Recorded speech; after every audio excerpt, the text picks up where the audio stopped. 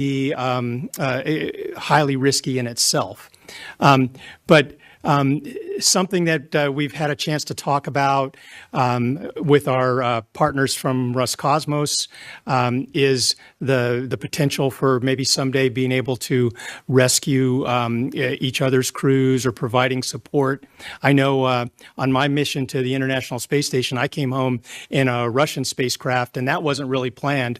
We were able to do that because we had a strong partner that had a vehicle there to bring me home and the rest of my crew when the shuttles were not in the best situation to do that.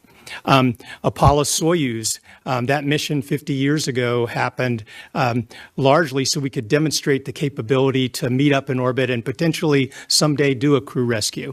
So I would love to see those kind of discussions continue.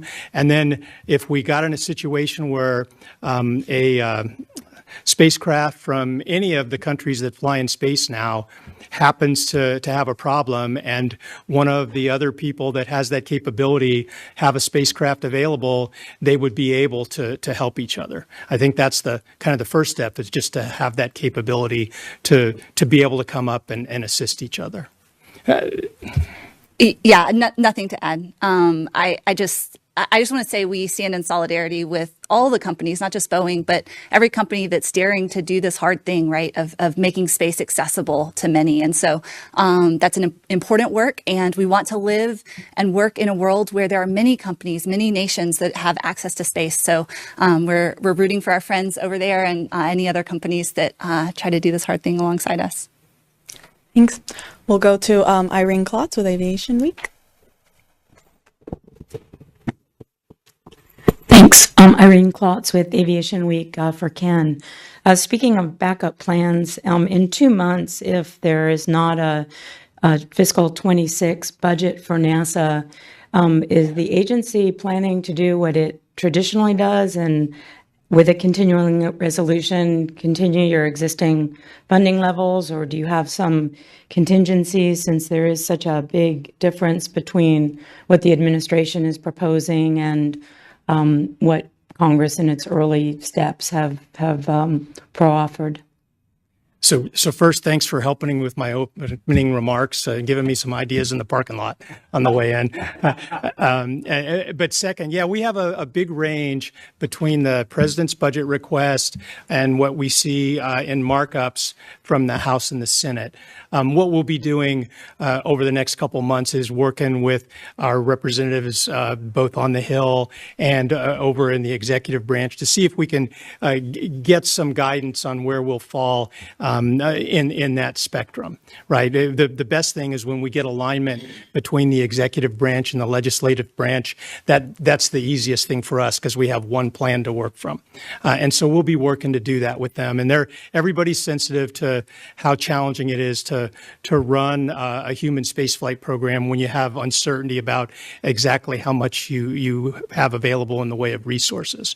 And then our program managers, they can tell you they're having to think about what they might do at the lower levels and what they might do at the upper levels. And we're sort of looking at the full range, kind of aiming in the middle to make sure that we're ready when we get to the beginning of the fiscal year. Thank you, Ken. We'll go to Manuel Masanti right here. Thank you. Manuel Masanti from Exploración Espacial. A question for Dana. You mentioned some of the activities that the crew is going to perform after docking. I wonder if there's any EVA scheduled for them during their stay? That's a great question. We do have an EVA we'd like to do. So we've got a little bit of work to do outside to cross-tie some of our power systems together. This is what I'd call get-ahead work that puts us in a good configuration for station's end of life, helps with redundancy. It will really depend on where these visiting vehicles fall. So I may have windows in between some of these cargo resupply vehicles, but if those flights shift, it'll cause a problem. So the goal is to be able to fit in a spacewalk between now and the end of the year. I'm not exactly sure where those slots will really be. Thank you. See Will Robinson-Smith right here.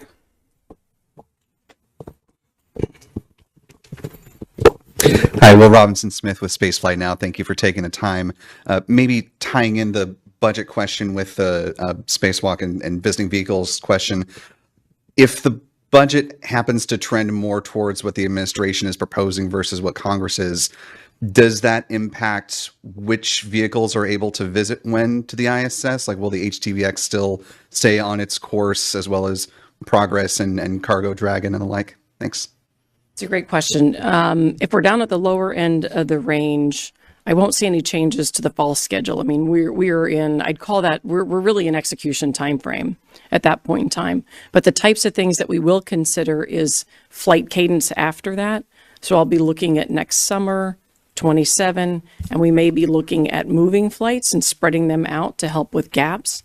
But none of that will affect what I'm doing in the short term for the end of the calendar year. There are things I could do in terms of trades for what I put on the vehicles. So the manifest itself could be affected. I may choose to go more heavily with food and supplies versus an area like research, depending upon what I think I'm going to have in the future. So those are things that we'll have to adjust. The HTVX vehicle itself, as Kawasaki-san mentioned, it's got a number of upgrades, and so it's got very large cargo carrying capability. So it's now a critical vehicle for us. They're planning to fly about once a year, and so that's really critical resupply. And so we're not planning any changes to that. Those are really important missions. Thank you. We'll go to Bert Dyke right over here up front. Hi, Bert Dick from National Space Society. My question for Dana is, with the 25th anniversary coming up, is NASA and the international partners planning anything to celebrate this as such an important milestone with people learning to live in space, science, technology, and we're happy to help spread the word. I love it. I love the enthusiasm. We have no shortage of ideas for what everyone would like to do to celebrate.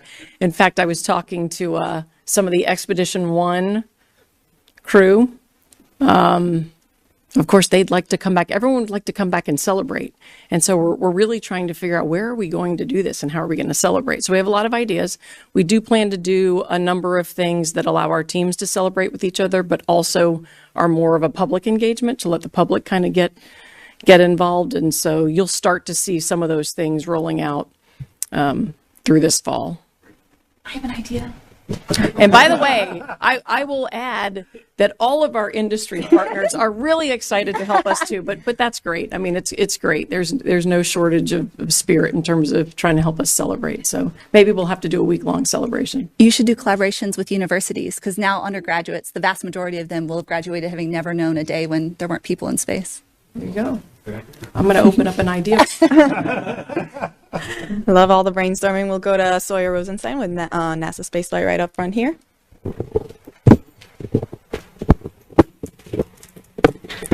Thank you, Sawyer Rosenstein with NSF. Dana, you're the popular one today. In regards to supplies aboard the ISS, obviously there's a lot still coming up. Where are you at currently? Because I know there was a lot of emphasis on the criticalness of CRS-33. Is that potentially why it's going from 40 instead of 39 to get that cadence up? That may also be a Sarah question. Great question. Dana controls the schedule. In general, what we've done historically is we like to have 4 months of supplies on board. And the goal is really, if you have a problem with the next mission, and for some reason that can't fly, then you can make it to the mission after that. When Northrop Grumman found the spacecraft problem on NG-22 and realized it couldn't fly this year, we quickly adjusted the SpaceX 32 mission. It was unfortunate I had to pull off quite a bit of research, but what I did is I loaded it with a lot of food and water and other consumables. That doesn't quite get me where I need to be to handle skipping a mission. Once I get 33 up there, then I'll be closer to the position where if my next flight doesn't make it, then I can get all the way to the one after. And so that's really the strategy. And so I look very closely at our flight spacing to try to understand what amount of reserve I need to have on board. Of course, if missions spread out, that means I need to have more cargo on board. So we're not quite where I need to be for my reserve numbers, but 33 will get us to what I call a skip cycle number, where I can skip a mission. Thanks. Just a reminder for those of joining over the phone that you can press *1 to enter into the queue to ask a question. But in the meantime, we'll go to this gentleman over here. Thank you so much, TJ Mascaro with the Epoch Times. Looking to the next 25 years, how is there any update on the progress of the commercial station your commercial station partners? Are you all still very confident that we'll have a alternative, like other options in orbit before we have to deorbit the International Space Station? So our commercial partners for the future commercial space stations are making great progress on their different milestones for their Space Act agreements, and we're excited to think that here later this year we'll be hopefully putting out a request for proposals for the next phase of that work.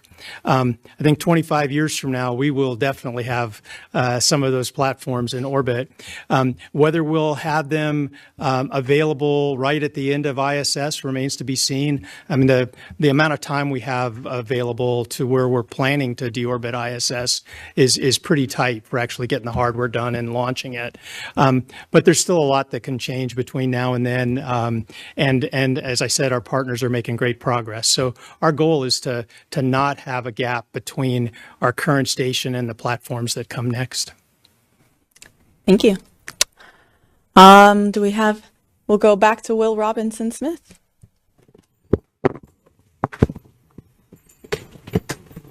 Hi, thanks for allowing a second question. Realize Roscosmos wasn't able to be here given the slip in the launch date, but so maybe to Ken. Can you talk about what Roscosmos is doing as far as helping to deorbit the station coming up in 2030? Obviously, SpaceX is developing that US deorbit vehicle, but how is that working with that agency and making this happen? Thanks. Well, so space station was meant to be operated jointly. It requires the work of all the partners. Russia and America especially have to be able to cooperate for the deorbit. And the space station team, Dana may want to jump in and share some more details on this, is working together to come up with that final plan where we use Russian elements and American elements, particularly the USDV, together to lower the risk to people on the surface as we bring the International Space Station back down into the water out in the ocean. Yeah, I'll just add the US deorbit vehicle is actually designed to do the very last series of burns. And so it takes about 2 to 2.5 years to get space station all the way down to that point. Some of that is just drifting down naturally. We may also actively come down. The Russian segment is prime for doing all of that. So all of the attitude control, debris avoidance, anything we do actively lowering is from the Russian segment. Once we get down to the point of actually deorbiting, our current plan is to have the Russian segment do attitude control and the USDV do the actual thrusting and boost. That gives us additional layers of redundancy so that if something happened with the attitude control, you can then switch over to the USDV. So it's very much an integrated plan and an integrated solution. Part of what Roscosmos is working on right now is fuel delivery. So we've got to get the fuel reserves on board space station to the point where they can do their portions of this. Latest predictions are that will probably be at the right level in early 2028, and we'll probably start drifting down in mid 2028. We got to make sure we have the fuel there and everyone's ready to go. And then the USDV will arrive mid 2029. So that's sort of the sequence of events. But as Ken said, it's very much an integrated responsibility. Thank you. We have a question over the phone. We'll go to David Curley with Full Throttle. David, your line is now open.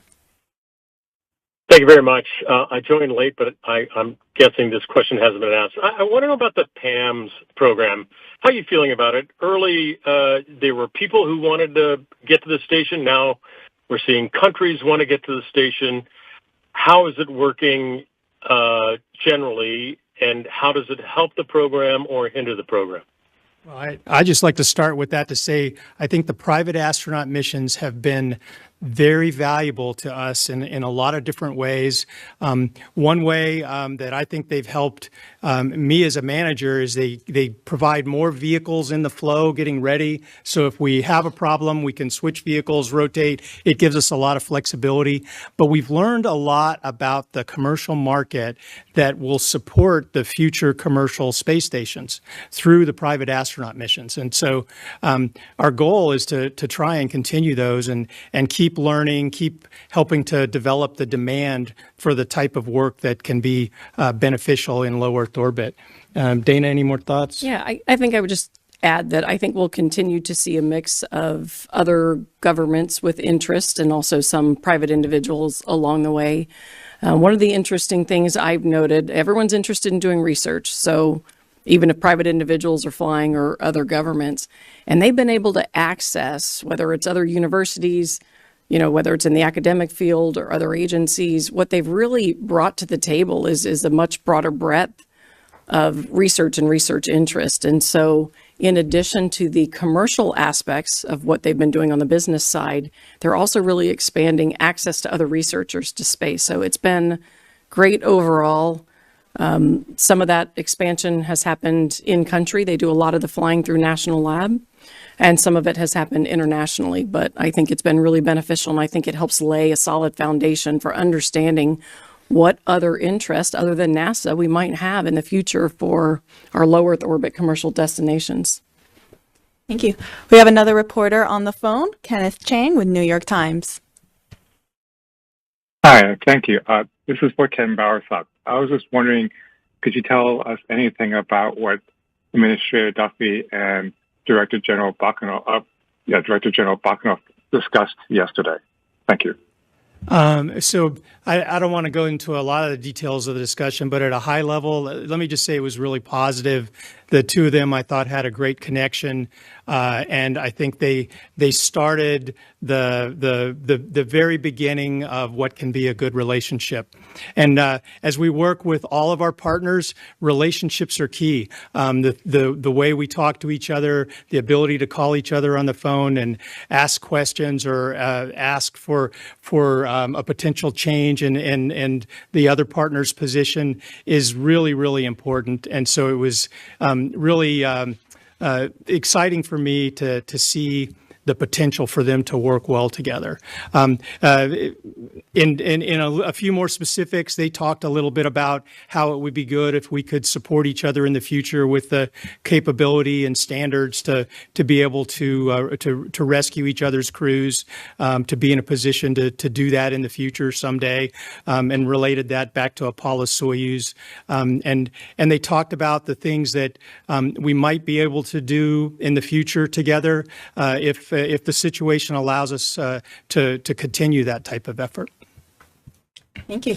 We'll take it back to Irene Klotz right here up front. Thank you. My question's for Mr. Kawasaki with JAXA. How much did JAXA cost to develop the HTV-X, and are there missions for it beyond the remaining years of the ISS?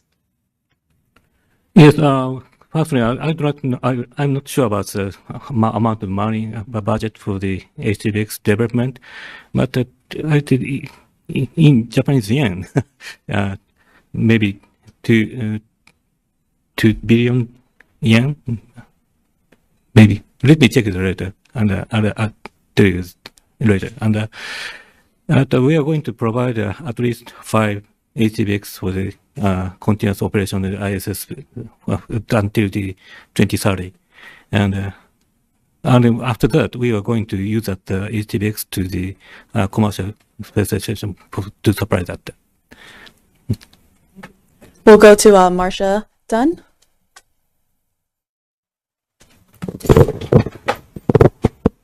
Hi, for Dana. You were talking about the timeline for the last few years of the space station. If you get the deorbit vehicle in 29, how long will crews stay on board? And would you reduce the size from 7 to 6 to 3? I mean, what's the thinking on how you'll handle that in the last months or so? It's a great question. We're still The goal would be to leave the crew on board as long as we can. One of the big risks we carry on space station is failure of boxes and components, whether inside or external.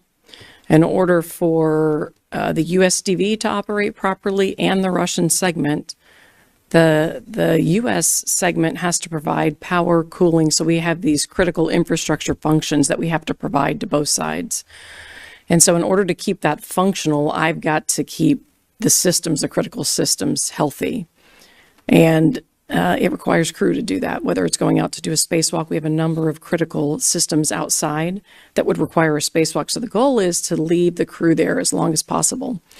We've talked a little bit about 3 versus 4. I wouldn't go below 3 just because for the spacewalk, you have someone flying the robotic arm and 2 people going out.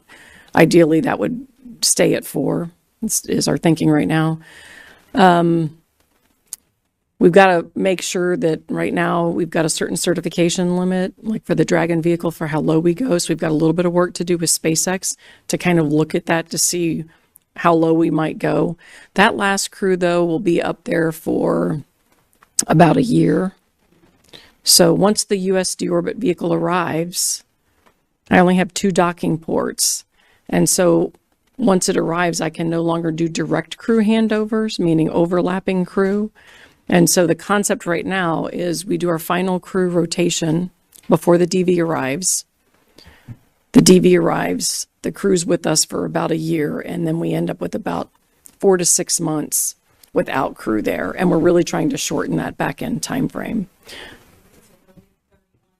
Still targeting for it will depend on the solar.